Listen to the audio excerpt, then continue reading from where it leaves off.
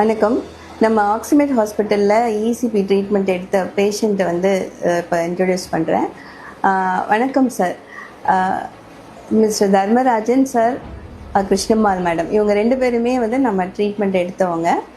Dharmarajan sir, எப்படி இருக்கீங்க? நல்லா இருக்குமா. சரி, எனக்கு சொல்லுங்கள், முதல்ல வந்து நீங்கள் எப்படி வந்து இந்த அறிகுறி வந்தது, உங்களுக்கு எப்படி தெரிஞ்சுக்கிட்டீங்க உடம்பு முடியலன்னு சொல்லிட்டு? ஒரு 4-5 வருஷமாக எனக்கு இருந்தது. அப்போது வெளியே டாக்டர்கிட்ட பார்த்து அது மருந்து கொடுத்து ஒன்றும் குழந்தை இல்லை. அப்போ நான் பால் போகிற இடத்துல நம்ம ஐஎஸ் டாக்டர் வந்திருந்தார். அவர்கிட்ட சொன்னேன், அவர் இங்கெல்லாம் வரப்பட வேண்டியது, நீங்கள் ஹாஸ்பிட்டலுக்கு வாங்க அப்படின்னு சொல்லிட்டு ஆக்சிமேட் ஹாஸ்பிட்டலுக்கு வாங்கன்னு.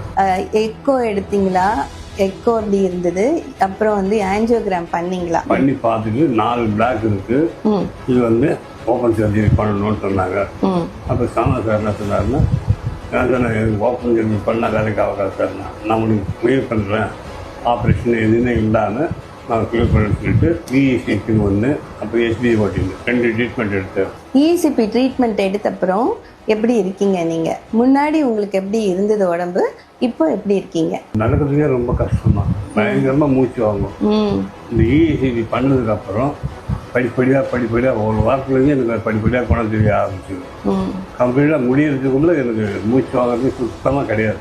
சரி, மற்ற பேஷண்ட்டுங்களுக்கு நீங்கள் என்ன சொல்ல விரும்புகிறீங்க? நான் என்ன சொல்கிறேன்னா, இந்த ட்ரீட்மெண்ட் எடுத்துக்கிட்டு டயட்ஸு என்ன சொல்கிறாங்களோ அதுபடி டயட்ஸை கரெக்டாக நீங்கள் கண்டினியூ பண்ணிவிட்டு டெய்லி முடிஞ்ச அளவுக்கு வாக்கிங் போனால் ரொம்ப நல்லாயிருக்கும். கிருஷ்ணம்மாள் மேடம், தர்மராஜ் சார் வந்து இசிபி ட்ரீட்மெண்ட்டுக்கு அப்புறம் நல்லா ஆயிட்டாரு, நல்லா நடக்க முடியுது, அதெல்லாம் சொல்கிறாரு. அதில் உங்களோட பங்கு என்ன? நீங்கள் மற்ற பேஷண்ட்களுக்கு என்ன சொல்ல விரும்புகிறீங்க? நான் சொல்கிறது வந்து, டாக்டருக்கு பேஷண்ட் வந்து ஒத்துழைக்கணும். டாக்டர் என்ன எப்படி நடக்க சொல்கிறாரோ அப்படி நடக்கணும். அவங்க அப்படி சொல்கிறத நம்ம ஃபாலோ பண்ணணும். நன்றி.